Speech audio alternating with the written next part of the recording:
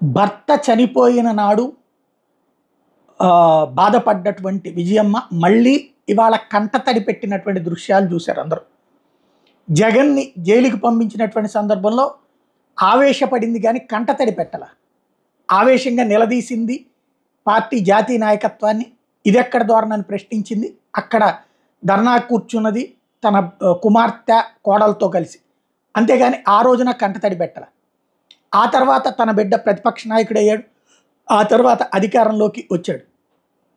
అయితే అధికారంలోకి వచ్చాక కొడుకుతో పాటుగా కూతురికి వాటా కావాలన్నటువంటి కాన్సెప్ట్తో వచ్చినటువంటి కాన్ఫ్లిక్ట్లో కూతురు పక్షాన నిలబడింది విజయమ్మ గారు. అయితే ఆ ఇంపాక్ట్ చివరికి జగన్ గద్దె దిగటం ఇవాళ జరిగిన పరిణామాలు. ఈ నేపథ్యంలో తాజాగా రాజశేఖర రెడ్డి జయంతి సందర్భంగా ఇడుపులపాయలో ఇవాళ ఎవరితో వెళ్తారు అందరికీ అనుకున్నది ఏంటంటే షర్మిలతో పాటు సమావేశంలో పాల్గొంటారు అన్నటువంటిది. అయితే విజయమ్మ కొడుకుతో పాటు కార్యక్రమంలో పార్టిసిపేట్ చేశారు. ఆ సందర్భంగా కంట తడి పెట్టుకుంటూ తన కొడుకుని కౌలించుకున్నటువంటి దృశ్యం అందరినీ కదిలించినటువంటి అంశం.